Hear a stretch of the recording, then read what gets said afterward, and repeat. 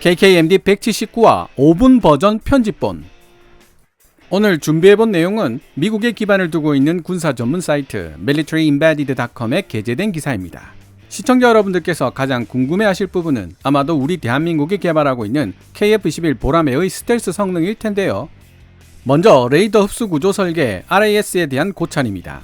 KF-21의 가장 큰 특징 중에 하나가 바로 처음부터 RAS를 고려한 설계가 이루어졌다는 점입니다.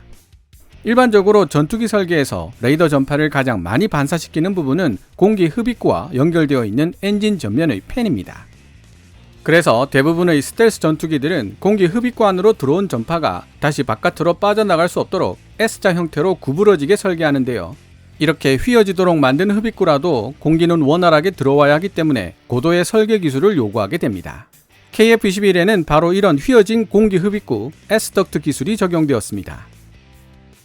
그리고 스텔스 설계에서 또 한 가지 놓치면 안 되는 중요한 요소가 바로 기체 전체의 형상을 특정 각도에 맞춰서 정렬하는 반사각 정렬입니다. 레이더 전파는 주로 날카로운 면이나 수직으로 위치한 면에 반사되기 때문에 스텔스 전투기들은 보통 거대한 반사파 역할을 하는 수직꼬리 날개를 일부러 30도 전후로 기울이는 형태로 설계해야 합니다. KF-21이 F-22와 비슷한 형태를 취하고 있는 것도 바로 이런 반사각 정렬 설계 때문입니다. KF-21 전투기의 양력을 발생시키는 플랩에도 레이더 흡수 구조 설계가 적용되었습니다. 기사 원문에는 언급되어 있지는 않지만 전투기에서 레이더파를 가장 많이 반사시키는 부분 중 하나가 바로 조종석입니다. KF-21 조종석에는 주파수 선택적 투과 기술이 적용되어 있습니다. F-16 영상을 보면 가끔씩 조종석 캐노피가 마치 선글라스처럼 금색으로 반짝이는 현상을 볼 수 있는데요. 이것도 조종석에서 반사되는 레이더파를 줄이기 위해 캐노피에 금속 처리를 했기 때문에 나타나는 현상입니다. 여기까지가 KF-21에 적용된 레이더 흡수 구조 설계의 대표적인 사례라고 할 수 있습니다. 그럼 기체에 도포되는 레이더 흡수 물질, Radar Absorbing Material RAM은 KF-21에 어떻게 적용되었을까요? 캐노피와 주 날개 그리고 꼬리 날개에 레이더 흡수 물질이 적용되었다고 합니다. 그 결과 대한민국이 만든 4.5세대 전투기 KF-21은 미국이 만든 4.5세대 전투기 FA-18EF의 RCS인 1제곱미터보다 더 작은 0.5제곱미터라는 레이더 단면적을 달성하게 되었습니다. 아직 시제기가 만들어지지도 않았는데 어떻게 KF-21의 레이더 단면적이 0.5제곱미터인지 알 수 있느냐는 의문이 생길 수 있는데요. 그 비밀은 바로 지난 2019년 서울 아덱스에서 공개된 KF-21의 실물 크기 모형에 있습니다. 당시 KF-21의 목겁은 상당히 디테일했는데요. 기체 배면과 기체 주요 부위의 정밀한 형상이 표현되어 있었습니다. 이 실물 모형들은 그냥 겉모습만 흉내내는 것이 아니라 실제 전투기에 쓰이는 재질로 만드는 것이 일반적이며 레이더 단면적 실험을 할 때 사용되는데요. 그래서 가끔은 실물 모형 제작에 막대한 비용이 들어가기도 합니다. 이번에 공개된 KF-21 실물 모형이 바로 RCS를 실제로 측정하는 데 사용된 모형이라는 사실 혹시 시청자 여러분들은 알고 계셨나요?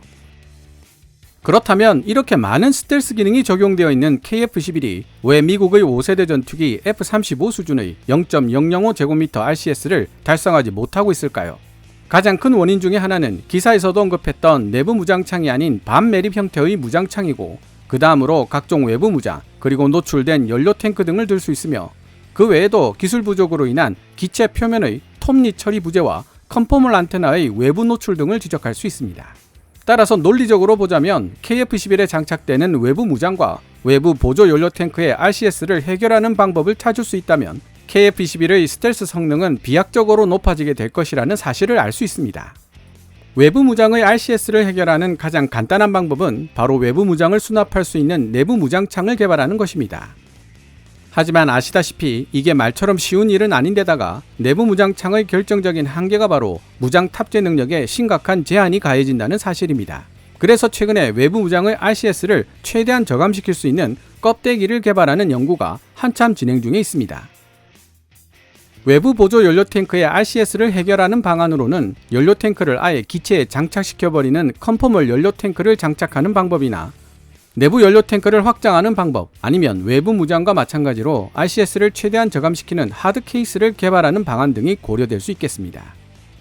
어쨌든 제가 오늘 해석한 미국 군사 전문지의 기사에 따르면 현재 4.5세대 전투기로 개발되고 있는 KF-21의 본래 RCS는 0.5제곱미터 정도로 러시아의 5세대 전투기 팍파와 비슷한 수준이지만 외부 무장과 외부 연료 탱크 때문에 중국의 제-20이나 러시아의 수호이-35 그리고 미 해군의 FA-18EF 슈퍼 호넷과 비슷한 정도인 1에서 2제곱미터 정도의 레이더 단면적을 보여주지 않을까라는 추측을 해보게 됩니다. 앞으로 KF-11이 5세대 스텔스 전투기로 변신할 수 있느냐 없느냐는 바로 이 외부 무장과 외부 연료 탱크를 어떻게 해결하느냐에 달려있다고 해도 과언이 아닐 것입니다.